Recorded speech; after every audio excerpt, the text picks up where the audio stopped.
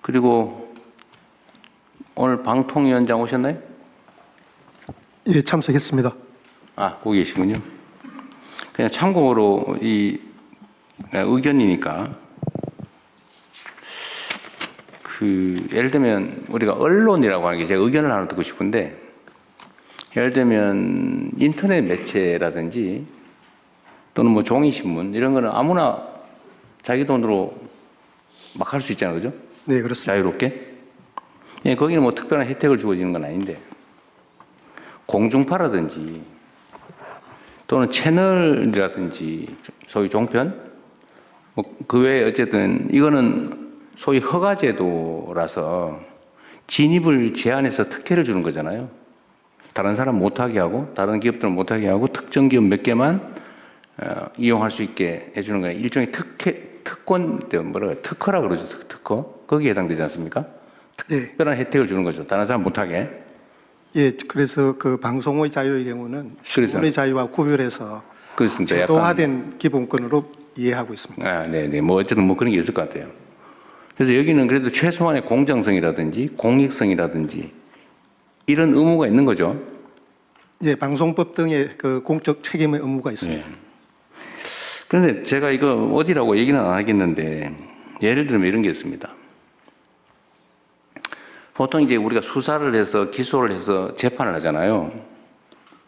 근데 최종 판단 권한은 법원이 갖는 거고, 그래서 수사를 했는데 예를 들면 기소를 해서 재판을 했더니 이거 무리한 잘못된 기소다, 그래서 무죄가 난다든지 공소기각을 한다든지 이러면 보통은 법원의 판결을 존중하고, 야, 이 기소가 무리했다든지 또 수사가 과했다든지 보통 이렇게 판단하잖아요. 그런데 특정한 사안의 경우는 무조건 검찰 편을 들어요. 법원이 판결을 했는데 법원 판결이 아니라 이거 잘못됐다고, 쉽게 말해서 항소해야 된다고, 기소가 잘 된 건데 법원이 잘못했다고 이런 식으로 비판을 하는데, 비판을 할 수는 있죠. 근데 통상적으로 보면 왜 항소 안 하냐, 법원이 뭐 잘못했다, 검찰이 잘했는데 이런 취지의 뉘앙스는 꼭 정치적인 사건만 그럽니다. 그것도 특정 정치 영역 쪽에 대해서만. 이거 중립성이나 공익성에 문제 없어요?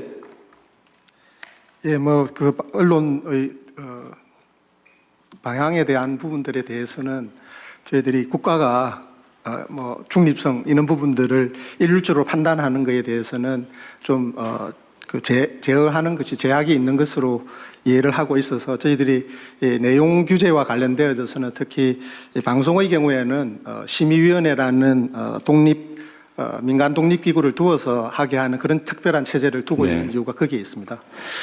그러니까 이게 무한대로 이렇게 허용되는 건 아닌 게 맞다 이 말이죠, 제 말은.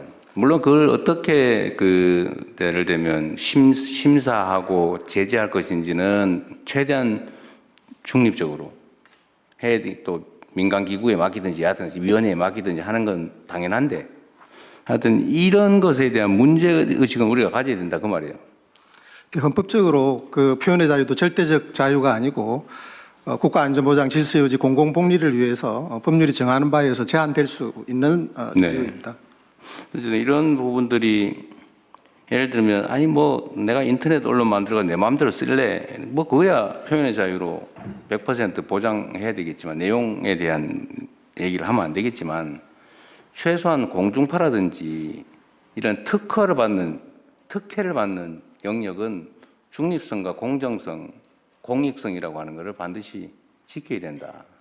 예, 그 방송법 등에 있어서 방송사 등의 경우, 특히 지상파 방송 등 여러 가지 방송 유형들에 따라서 차별적으로 공정성에 대한 책임을 부여할 수 있도록 되어 있습니다. 나도 오늘 방통위원장님 처음 오시길래 하여튼 이 우리가 약간의 오해가 있는 게, 언론이니까 100% 마음대로도 돼라고 하는 게 꼭 그런 게 아니다라는 걸 한 번은 우리가 공유하자고 드릴 말씀입니다.